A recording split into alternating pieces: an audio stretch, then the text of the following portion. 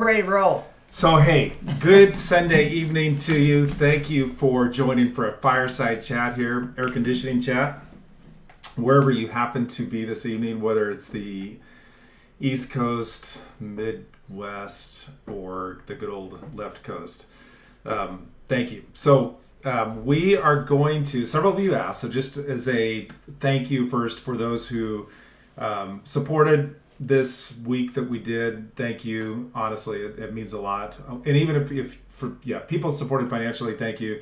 But also just the encouragement, prayers. We know there was a lot of that. And we're not here to promote anything. We're not trying to do that. But just several people asked, what was it like? What'd you guys do? We were going to do this wrap up in 2019. It just never got around to it. COVID happened and it blurred. And so we thought, well, it's fresh in our minds. Let's do it this year. So here we go. We will try to cover this quickly. One of us tends to ramble more than the other and maybe chase rabbit trails a little bit. So it may go more than 30 minutes, but then one of us is really good at keeping things on track. So we may make it close to 30 minutes so you can go to your Sunday evening dinner or bedtime, whatever. All right. So what we want to cover is just how did we connect with Hope Heals? How did we even land there? A little bit of story of Kathryn and Jay Wolf, which ties into that. The background on the Hope Heals camp, our experience that we had. So really just our perspective and lessons learned. If you want to do questions, use the chat session and we'll do our best to answer those. Or at the end, we will do our best to open it up if we have time, if somebody keeps us on time. Can't get my pickup. Well, I'm really sorry that you can't get your picture up, but hey. Oh, okay. Debbie, we all know how great you look, but hey, all right. Well, I wonder. Okay. Sorry. Thank you for letting us know. Yeah. All right, so here we go. We'll jump in and just talk a little bit about how we connected up with Hope Heals. Is it my turn? Oh, you go ahead. You're there, okay. So I actually found it on Instagram, good old social media, and I would go back to her story and I would read it and I would be like, how does this happen? A 26-year-old has a 7-month-old baby and has a stroke, and I would read it and then I would keep scrolling because I would say, I am not gifted. I don't have anyone in my life that has a disability. There's no way I could participate in something like that. And I would go back to it and I would pray about it. And then at some point I was with my sister-in-law, Christy, and I just showed it to her and I was like, have you heard of this story? I don't know what to do. I just keep praying about it. And she goes, I think at some point you stop praying and you just jump in and do. And I was like, oh gosh, I was like, oh, she's probably right. And so I came home and I showed it to David and I was like, I don't know what to do with this. I just keep thinking that I would like to go to this camp. And he said, you know what? I think we should. I'll join you. And then I waited a few weeks and I said, well, let me think. We waited a few weeks. I thought, sure, She was hoping, yeah, exactly. All the spots would be all filled. the volunteer slots would be. And so I emailed Alex. And she's like, oh, totally have spots for you. Yes, fill out the questionnaire, blah, blah, blah. And then we were in.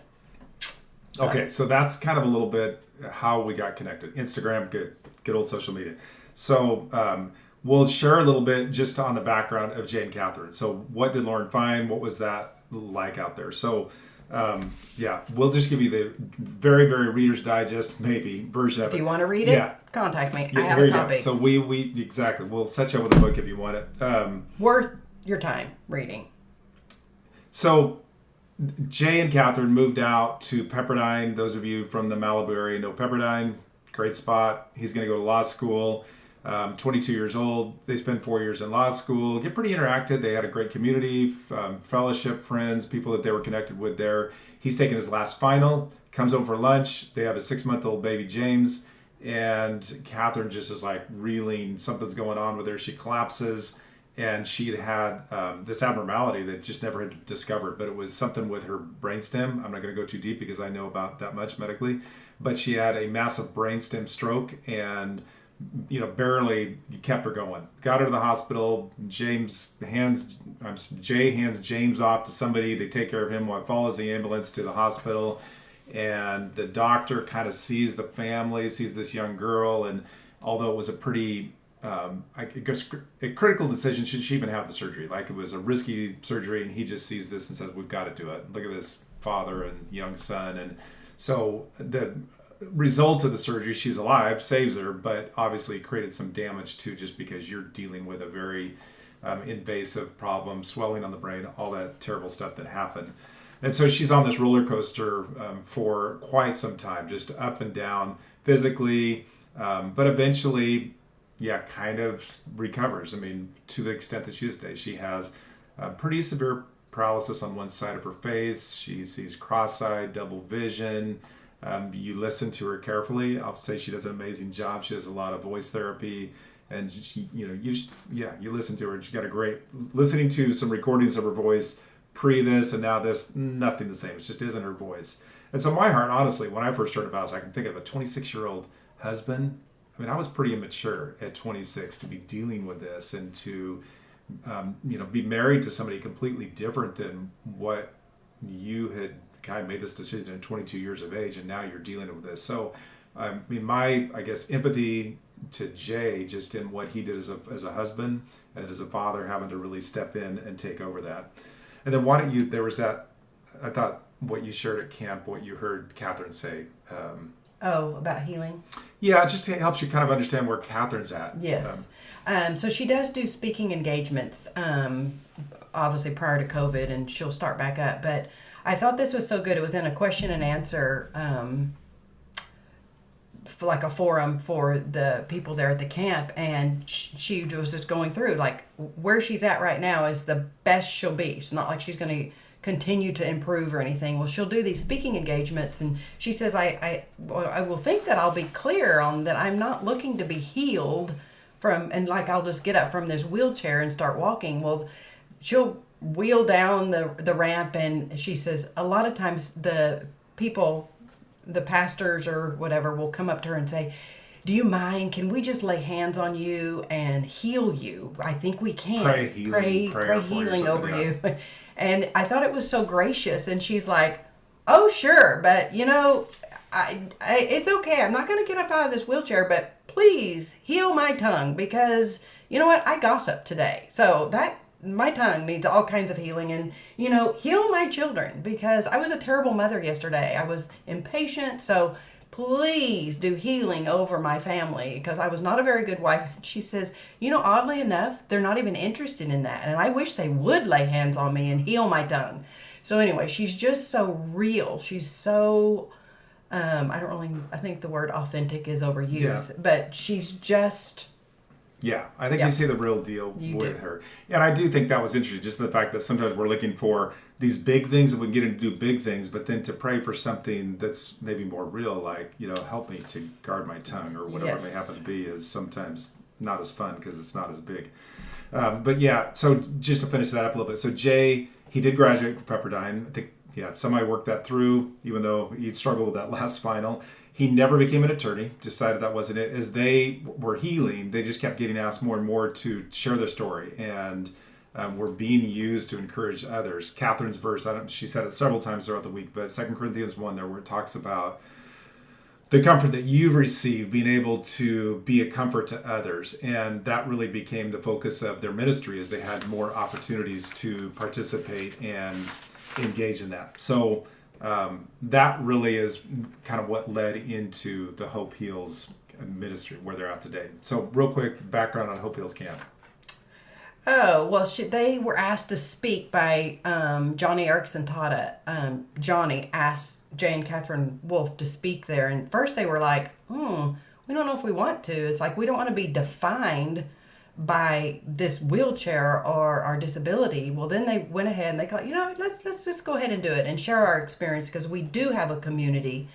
And they found out, like, no, these are our people. This is exactly where we should be. And Johnny said, you know what? start your own camp. You guys have the ability. There is so much need for this. And she encouraged them, and off they went. They just did it, like in probably the next year. 2015. Yeah, so they were actually they were speaking at this Johnny and Friends camp that she does, a very similar type of program. If you haven't read the story of Johnny, actually pretty amazing. I think she's 73 or now. Yeah, pretty amazing. Okay, so that's a little background on the camp itself.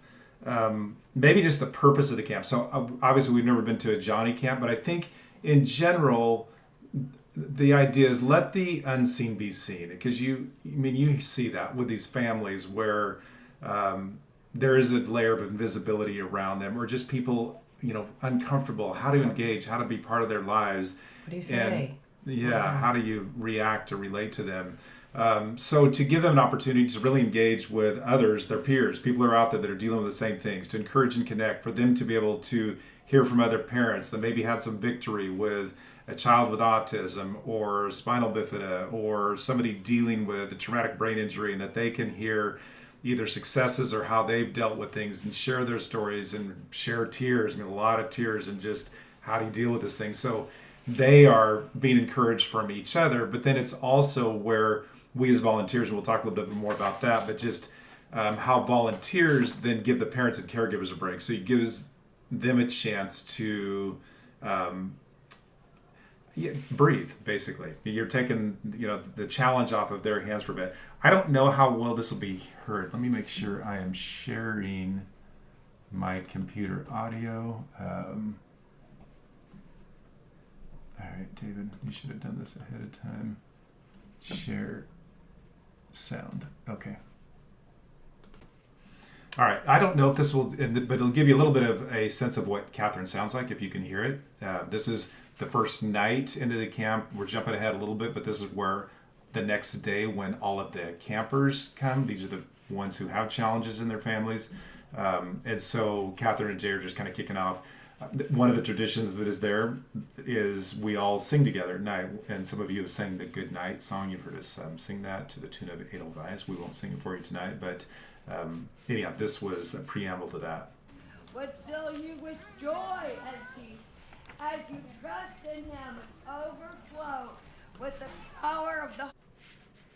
Is it sharing? I don't know. Well, sorry. I don't know if that's shared or not. For some reason... Let's try this one. Okay, let's try this. Everything that hinders and the sin that so easily entangles, and let us run or roll with perseverance the race marked out before us, fixing our... Hang on just one second.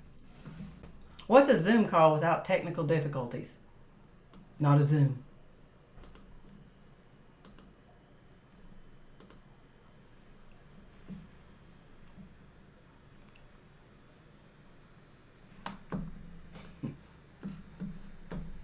It's right, working. Oh, it is working. Oh, you were hearing it? Gosh, Kelsey says it's working. All right, back Thank to... you.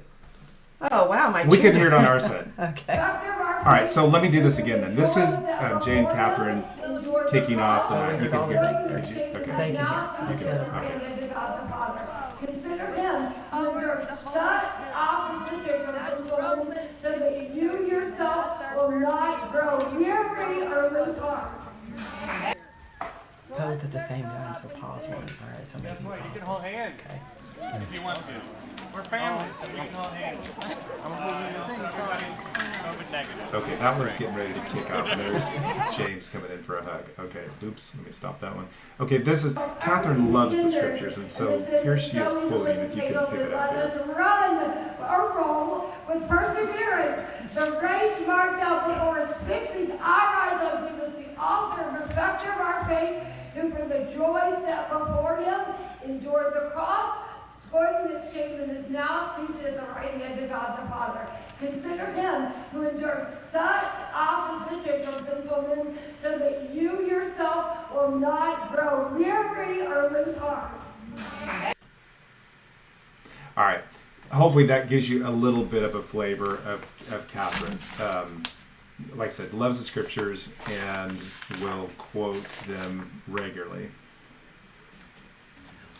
Saw that. All right. So a little bit of background on the camp. I've been asked, probably more from my dad because he's always more into like directions, where are things at. Alabama was not really on our top 10 places that we were going to be visiting. And I would say pre-2019, we had not been to Alabama. I'm not really map oriented. I probably had a hard time finding it. This is located a few hours west of Atlanta. So you get volunteers from Atlanta that will come. It is about an hour west of Birmingham. So you fly into Birmingham. I think there's some people fly into Atlanta, drive over. But Birmingham, the only thing I knew about them was, football team. Great. Yeah, go Alabama. But let's see. So it's out of town of, I think it's Novo, something like that. Very green. What's really funny, it's the California. Oh my gosh, California is so beautiful. We want to come to California. Guys, if you went to California right now, it's brown and it's on fire. But yeah, it is brown. Yeah. But if you like humidity, if you like rain all the time, it was not bad. It did rain. It was not bad. A couple little aerial shots of what the camp kind of looks like. So we should be one more page further. So oh, really? let's Okay. keep Oops. it. We don't want to bore you. All right, so a little bit of background. So the camp itself, how's it run? It's not a major team. You don't have a big, 50, 60-year-old guys in there making this thing. Or in the back, I did not get a good shot. On the left-hand side, I did not get a great shot of Alex. But Alex is the girl, the young lady in the back. She's 29 years old. Jay and Kathryn, obviously, as the founders, they are the faces of it. So they do a lot of the speaking and the encouragement. But then Kathryn's limited. I mean, she also had limited strength just in what she can do. And so they try to be smart about that and leveraging her abilities and her fatigue levels. So she engaged at the right time. Alex is the coordinator. She does it all. They hired her, I think, full time a couple of years ago. Yes, at 29, she does. Yeah, my kids are pretty amazing. At 29, she is pretty amazing. She's actually chatting with her dad there, who showed up just for an afternoon, just to say, brought his dad. So that's Grandpa Sam in the middle. It reminded us of Dad. Yeah, so I took the picture to send to our kids. So anyhow. He was very friendly. He'd never been to a camp. His wife died kind of sadly last year. They've been married, I think, 72 years. And I'd say I think he's 93. Anyhow, so that's Grandpa Sam. Time out. Picture on the right, just at the end, I will say some quotes I learned from Nigel. Nigel is the man with Mary Austin on the right here. So just that's what he spoke to us every morning, just to give us words of encouragement. Right. So as far as the camp, who's there at the camp? So the Wolf family over there on the left, and then Mary Austin. This, again, not a great picture, but I tell you, Mary Carol, Mary Austin, Mary Ruth, Mary Carol, Mary. Yeah. Okay. There's a lot of Marys going on. The way the camp works is that you get volunteers. So like I said, limited staff. It's Alex, Tutta, like Butta, whose real name is Ann Elizabeth, but they call her Tutta, and Caroline, all about the same age, 28, 29. They're the full-time staff, and that's it. There's nobody else throughout the year doing the coordination, Kathryn's schedule, that kind of stuff, and then managing this camp. And then it's really the volunteers. It's really about bringing in volunteers, people that have a desire to help out, and then lining up what they call the different roles. Why don't you share real quickly the roles and who does what kind of thing and whatever. So when you sign up, of course they do a background check or whatever, but they give you this questionnaire, and this was hilarious. So they says, tell us your hobbies, tell us what you're gifted in and what you know how to do. Well, I look at it, and truly, like there's like 50 things. Like art, are you, I can't even remember them. It's been so long. But anyway, I look at the list and, do you know anything with IT? Nope. You know anything about art? Speaking, nope. do you sing? Do you sing? Nope. Do you play the piano? Nope. Are you good with the music? You're a coordinator. You logistic. Yeah, 50 things you go through. And that's what Alex then uses to figure out, okay, how do we get people into different Do you have roles? athletic ability? Nope. So everything, I'm just like going, oh my gosh, I should never have done this. And I think I checked, can cook. No, but then you come to me that night. Yes. No, I'm getting there. All right. And so I was like, oh my gosh, this was so hard for me. I can truly do nothing. I don't even know what I'm doing. I said, did you fill out that questionnaire? And he goes, Dave was like, absolutely. I checked all boxes. I'm good at all of them. And I'm like, then maybe you should go alone. No. All right. Do you want me to talk about the compassionate caregivers, or? Yeah, maybe just a little bit more about what the role. So when you get there, you don't know what you're going to do, but you're given a role. You can be it's called a CC, a compassionate caregiver. You can be part of logistics, and that's just helping the camp run smoothly. You can be part of the hospitality crew. You can be a floater. So in 2019, I was a floater, and that's when I assisted a CC, a compassionate caregiver, and my little boy was Owen. Do we have pictures? And this was like the perfect thing for me. This is Owen. Owen was blind and deaf, and he had a heart problem, but I never knew why. I never knew if he was born that way or anything. And a quick story about Owen. We actually had another young lady. She was his age. She was 10 or 11. And I had her join. So when we would play games, I would have this 10 or 11-year-old. Her name was Chloe. And Owen says to me, he says, does Chloe have long hair? And I said, yes, she does. He must have felt it or something. He goes, will she let me touch it? Well, Chloe's eyes went like, no, he's not touching my hair. And I look at her and I said, yeah, yes, he is. And so here's Owen. He just feels her hair, and it was just the sweetest thing ever. And he couldn't figure out what a stage was. And it was something very loud happened, and somebody had fallen off the stage. And he says, where is the stage? And he, and it just makes you stop, and you just enjoy every moment, because you truly are just having them go through life and enjoy their week. And yeah. So that was that was 2019. Yeah, that was 2019. Do you want me to go into now? Yeah. So okay. Yeah. So this year they put me in hospitality, and so all of these women that you see, those are who I worked with. So in the morning, we would make sure our camper family had coffee. In the evening, we would make sure they had some fruit. They had cookies. We would decorate. Like, we made one very boring room a spa for these ladies who are caregivers, and it was magical. I don't know if we have a picture of it. But anyway, so I got to know all these people right here, and it was great. It was a completely different camp experience, but I missed out on moments like this.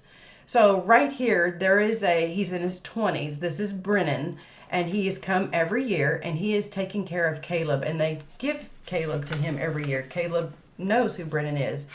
And you truly will walk around a corner and you will see something like this. And you go in and you can go in and chat with them, but that's where the appreciation for everyone there is. Brennan has stopped his life. He's in college, and he stops his life for 2 weeks, and he is a caregiver. And it is, you probably can't tell, but it's the sweetest. Yeah, really nice. Yeah, it's like, you just want to sit and just bathe in all the goodness and love, really. Yes. And I think that's it, is that everybody you speak with, I mean, well, I'll talk about it a little bit maybe if I get a chance. What's this video? Okay, so this little bit of a segue. So what we're over here on the right-hand side, we'll maybe talk a little bit more about the talent night. Truly amazing. I think I weeped more during the talent night. But this is Caleb, who's a little guy, and that's why I thought I'd stick this in here. What'd you say, Brennan's. Yeah. This is Brennan's little guy. So this is Caleb and his mom up on the stage. They do this talent night on Tuesday night. It's truly amazing. It's mainly the campers, again, those that either have challenges or something, that will share something special. And the amazing thing is just how the audience gets into it. And you're talking the kids that are the compassionate caregivers, ranging from 10 to 70, and just the unbridled support that they are encouraging these people. Really, honestly, I mean, it's just truly genuine. Yeah, it's just crazy. Okay, so they introduce Caleb as he's going to do the strongest man competition. Strongest man in the room. Yeah, and anyhow, I'm not going to do too much of this, and I don't know if you can hear it. This is Caleb.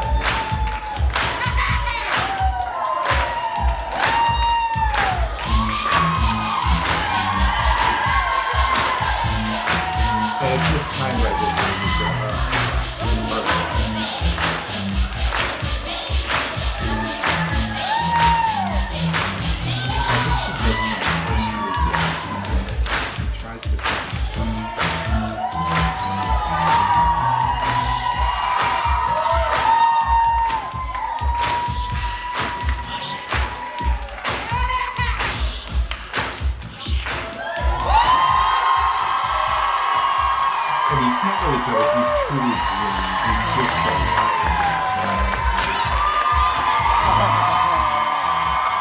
but you can see the kids that are turning him on, they're really into it. Okay. Yeah. What was I going to say? Something about Caleb. All right. I won't. Turn that. All right. So that was Lauren's role. My role in 2019, because I checked on the box, they put me as a group leader, and I really had a cush job in 2019. I got to shepherd all these young kids around, kind of in, I think, like, yeah, Lauren would have had Owen, but it's just probably like 15 caregivers and then their kids, and then we just go from activities. So from arts and crafts to beanbag to coloring to whatever. I mean, you have like 6 different stops you go through throughout the day, and you're kind of just herding them along. So it was fun because I got to not only get to know the compassionate caregivers, the campers, kids from colleges, and so I enjoyed that. But then also to engage with the kids. I mean, they're truly fun to be with Paxton, Oaks. I mean, there was just personalities, whether they were Down syndrome or spinal bifida or a lot of autism, like parents, wow, just heavy stuff. But that was good. But then when I had written Alex a year ago, and Walter was going to go back with me, so I'm going to take him back sometime, but I said, hey, we would help out Drew if no one's going to do it, because I'd got to know, this is Mark Christie in the middle. Mark and Debbie are Drew's parents, and I'd got to know Mark and really enjoyed, and we kind of connected and stayed connected throughout the year. Well, I'd kind of forgotten that I had told Alex that, hey, we would help out with Drew. Well, then Walter couldn't make it, and typically they'll sign 2 adult men with Drew just because it's a lot of work. And anyhow, this Drew ended up being my camper for the week. It is kind of intimidating. I mean, not my comfort level. It's not easy. Drew, I mean, on the left-hand side, you can see he's a football player. He started in football, all-star in his position, number 1 in the state of Indiana as a tight end. He was a valedictorian of his class. He was actually, I think, got a scholarship to Purdue, ended up going to a smaller school because he wanted to be pre-med and be a surgeon. That was his goal. 20 years old, coming home from school, hit something, black ice, I don't know what, in the road, coming home for winter break, hit a tree, and TBI, traumatic brain injury. And just really, I mean, the journey that the parents have been on, I think, like I said that earlier, my heart just going out to Mark and what they deal with as parents. One quick story. So sees his son up on this stage. The Indianapolis Colts did something where they brought in the top players for each position in the state, and they did some special thing, recognition for them. And Mark and Debbie are in the audience, and they see Drew up there, and he just says, wow, I am so proud of you. And then he said to himself, he goes, man, but would I love you and be just as proud of you if you hadn't accomplished this? And he said, I honestly said, yeah, I would. I'd love you just the same. And then he said, and 2 years later, I had to remember that. And it became real to me at that point. But just, I mean, the love, that's one other story maybe I'll have a chance to share, but that's one that just grips me as a father, to know the world sets these expectations on what success, on what, pride in your kids, whatever it may happen to be, and those don't necessarily line up with what God's plan is or what he has in store. So it's just interesting to hear the perspective of fathers. There's one, he wasn't here this year, but 2 years ago, Anthony Brown, he played football at Auburn Tigers, and his son, firstborn son, so here you are, this rugged football player, just a really nice guy, this Anthony. His son just has severe autism, just scary, sad. And just seeing the dad deal with that as a father, where those hopes and dreams of what you thought would happen are kind of dashed. So you deal a lot with those kind of emotions.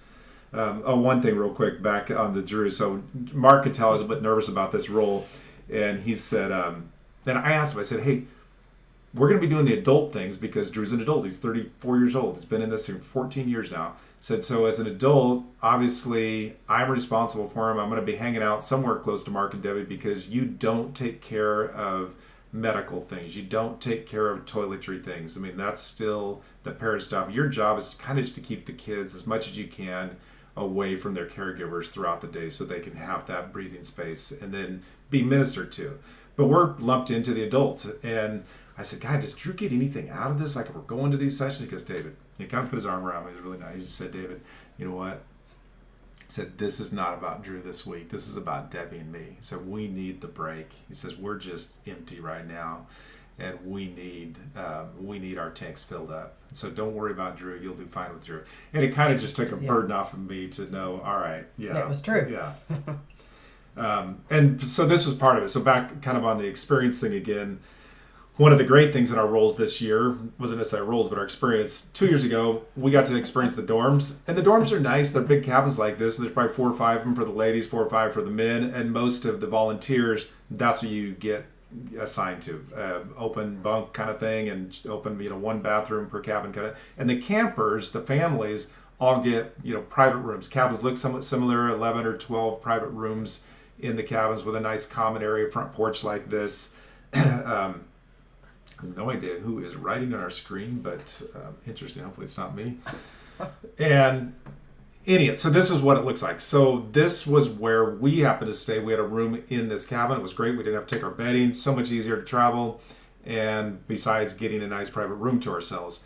In this cabin was also Mark and Christy, Drew's parents, and then this other, Mark and Debbie, and then this other family that we'll talk about, and they were there, and that's Dale and Philip. Dale is David's mom, and Philip the dad. They live up in Baltimore, Maryland, and we'll talk a little bit about their son David. But they became close friends. When I was talking about this encouragement, the love, their son's a very similar journey to Drew, and they have connected and bonded through that. One lives in Baltimore. The other lives in Indiana. And the ladies, Dale and Debbie, love to entertain. They just don't get a chance to do this kind of thing. So they made probably a dozen freezers of homemade ice cream throughout the week because they knew kids would like ice cream, and people would just come hang out until late at night, hang it out on the front porch with them. So that was, anyhow, a fun experience, and great for us that we got to be in private accommodations. Part of the adult experience then, so I talked about that, the kids do their things with their activities, the adults then do other things. So part of it is in the morning after breakfast, we hang out, you eat all your meals with your camper, so that's where you get to know Drew and his family, and Dale and Philip and David, their son who is dealing with it. We always ate all our meals together, so you get to know them. And then you take over and you take the camper, you get his wheelchair, and the parents go on down, and you eventually join them, and we kind of hang out in the back, and they're sitting at these tables. This happens to be, it's a beautiful building. It's amazing. Acoustics, not so great, but the building is amazing.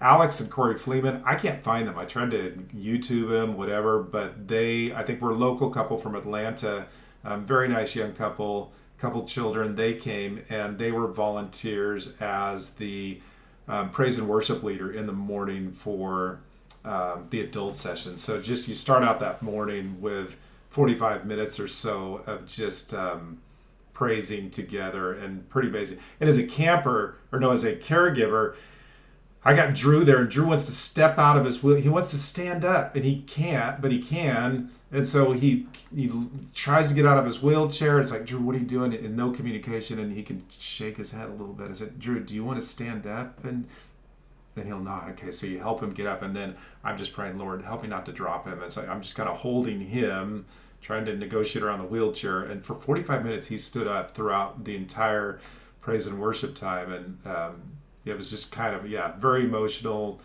The songs, this one in the middle, I don't know if you can read. Although we are weeping, Lord, help us keep sowing the seeds of your kingdom, for the day you will reap them. Your sheaves we will carry, Lord, please do not tarry. All those who are weeping will come home with songs of joy. There's a couple here, and we have a picture at the end of it. Way over time. Okay. Well, then I won't show this. This is them singing, but the sound quality is pretty bad. If you could ever find them, she sings like an angel. Alex and Corey, don't know which is which, because Alex is the girl. Alex is the girl. All right, on to the Tell of Love. So this is how the campers arrive, and there's signs up. You don't see them, but it says, "We've been waiting for you," or "We're ready," or "We're excited you're here."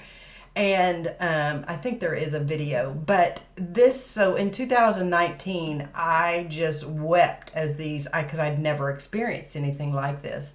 And you see this car, or multiple cars, because there's campers arriving, and the the mom and the dad, they're driving and they have their camera or their phones out videotaping. I'm sure they think I need to watch this over and over.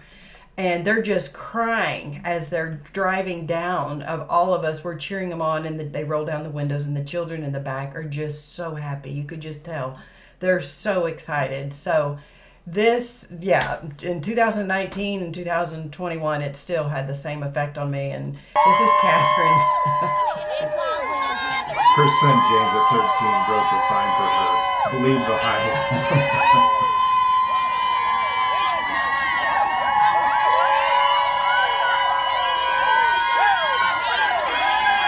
And for many of these kids coming in, this is their one moment to shine. I mean, yeah, to get this kind of love and attention. Okay, now we need to really hurry up. Okay, yes. so I don't know what we're going to share on this one, except Jude. An example of there are families who came as campers and are now as volunteers. Jude is one of those. The story of him is just crazy. His dad tragically backed over him when he was 2 years old with a lawnmower. And a riding lawnmower. Yeah, riding lawnmower, and he lost his legs from the knee down. So his son, I remember talking to Dad 2 years ago. His name's Greg Hill, and just said, "Wow," and he just said, "Oh," he said, "Jude recovered far faster than I did." He goes, "I'm still, PTSD type of thing." And his wife was 38 weeks pregnant at the time, but just quite a story of victory as they have come through that. Yes. But and then Caroline, I mentioned to her, she's one of the others that is on staff. And Penny, this is Penny, right? Yeah. Mm-hmm. Penny, of course, loves Caroline, and she also wants to be in hospitality. That's her goal, is to be in hospitality when she grows up. Okay, so real quick on this story. So in the middle, the girl right in the middle, Sydney. Their family. This is Farron, Beth, Sydney, and next to them is a little boy, Finn. And Finn is also with his caregiver on the left-hand side of your screen. But their family, first time they came, they are a mixture of campers and volunteers. Farron is a nurse practitioner, and so he was kind of there as a volunteer on staff to help people with their medical issues. His wife, Beth, I think we have a picture of her. She used to be what do you call them? People who can cut hair nicely. Cosmetologist, I don't know. Yeah, so she volunteered to help the ladies in their spa days. Sydney is expecting a child right now. She's probably Kelsey's age, maybe. I don't know. But just a doll, and she was something else. Graduated from broadcasting school, says, I really don't know what I was doing. I didn't know what it was about. And then my parents said, well, we paid for your schooling. You're cut off financially, so go figure out something to do. And she said, my other sister said, why don't you come do this missionary thing in China? I've heard it's really good. And so she went and volunteered and did that. And her parents said, do that, but don't come home with a baby. And she said, but I kept sending them pictures of this little blind boy. And when I was ready to leave in 18 months, they said, you know what, we're empty nesters now. We've been praying about this. We want to adopt Finn. Finn was a little boy. 18 months later, they were able to do that. And Finn's been with him now for 7 years, I think. But just a sweet kid. He's blind, has maybe some issues on the spectrum a little bit. But his talent night thing. So I'll just play a minute of this. They love old music. Nails Delta Dawn, Tanya Tucker, Tanya Tucker. Come on now! Yeah! Sing it! Rose from days gone by. Sorry. Part of it, it's just the kids getting into it. He just had the time of his life. All right, David. We got to talk about David because he's truly like a highlight of the camp. But his parents, I mentioned before, Dale and Philip. This is Dale just giving him giving him a hug after lunch one day on the left-hand side, and then tell the story about the pictures. Okay, so David Wheatley, he was 20 years old, and he had some seizures. He had hit his head when he was in a car accident, and the doctor said, we're just going to put a shunt in. And he had been blacking out. He basically had a blockage in his brainstem, but they said in and out procedure. Yeah, in and out. So he walked in, and he did not walk out. He did not speak for 6 years. He got an infection in his brainstem. Terrible. Yeah. Anyway, so the funny part of these pictures, but David Wheatley, he did like David and I, so I took a selfie, and you can see the one there. He's really not into it. He knows that I'm really not that exciting. The picture on the right, I gave the camera to somebody else, and she was his age, and she was cheering him on, and you probably can't see, but David is smiling as he should. Loves the girls. Yeah, he's a great guy. We got to tell one story. So in the praise and worship one day, I don't know if we had this one, but So down there one day, I don't know, for those of you who know the Carrie Job singing the blessing song from number 6 there, when we get into the Amen, Amen. Well, David, 2 years ago, I couldn't understand him. He couldn't talk, but he's continued to show some improvement. And so now if you listen, you can hear him. But he just, Amen. Sorry, our neighbors are going to care. Yeah, but truly, I mean, people, you were just weeping. I mean, because he loves. I asked him later if he likes to sing hymns, and so we sang some hymns. Oh, and so you told the story about him singing the hymn. I wasn't there that day. Yeah, so he was with David that day. I'm so sorry we're going over. I am so sorry. We said an hour. Oh no, we didn't. Okay, keep going. So I got to go down to the praise and worship, and I was just sitting there. And at this point, we kind of had to make this decision because David was possibly going to go into the hospital and be with Drew and anyway, so I didn't know whether to go with him. So I thought, you know what, I'm just going to go down and just sit in the chapel and listen and sing and pray. And so I did. Sandra McCracken, for those of you who know Sandra McCracken, was the singer that day. So it's all songs that everybody would know, but we start singing It Is Well With My Soul. And I'm singing away, and then all of a sudden I hear this voice, and it's David, and he's singing It Is Well With My Soul. And of course it's a little bit like, but it's clearer than that because there's words. Well, I don't even know how to, it truly unlocked something. It unlocked your grief. I mean, you grieve for these people, but it unlocked just love and just knowledge that it is well with David's soul. It was unbelievable. And so I told my children, I sang like I have never sung before, and I probably wept like I have never wept before. The beauty of that right there. I don't know that I will ever be able to sing It Is Well With My Soul without that memory. And I hopefully I'm not a basket case. I don't feel like it was a basket case, but it was a good weeping. You truly said God is here and he cares. So we need to move fast. All right, okay, by the way, so this is Dale. We mentioned Dale and Philip. That's Dale with Kathryn and Lauren there. That's David's mom. So this is Christina. We'll play this video for you. All right, can you tell us your name? Christina, Christina, where are you from? Indiana. And when was the last time you had your hair cut? It's been a year. It's been a year. And our hairdresser's is named Beth. She is also very famous because she has how old is Finn? 8? 11. Oh, 11. And he sang Delta Dawn and Rock the House Oh, last night. that's your son? My baby. Oh my goodness. That was so sweet. And Christina, who is here with you? My husband and my 2 kids. Ezra is the one who brought us here. Okay. And she is how old? He's 4 years old. Okay. And he has an extremely rare genetic disorder that's causing him to lose all of his abilities. Okay. So kids start to regress right around like preschool, early elementary age. So at this point, he's lost his ability to eat. Walking is getting a lot harder. Eventually, he'll need full breathing support to go with control movements. He has seizures. So we're still kind of in the early stages of regression, but Is this your first Hope Heals? It is. And how did you find out about it? from their books, from Jay and Kathryn's books. Phenomenal. And you have other children here with you? A 6-year-old daughter, Okay. Lila. I met Lila. Yes. She's a kick. All right. Thank you. Thank you. Okay. All right, and so that was more spot. It's again all just volunteers. These are just volunteers doing the pedicures, whatever they're doing. All right. Can you tell us your name? Back to that. All right, now. Okay, so hey, we're getting close. Lessons learned. I threw this picture out there just because it kind of really hit me. I enjoy both of these people, but I'll tell you, when the little guy is Kevin, and we met him on the first day. He's just a volunteer that came in, and he very soft spoken. I couldn't understand him very well. Shy, very shy. But we had dinner with him, and just trying to visit with him a little bit. And I thought he was a student.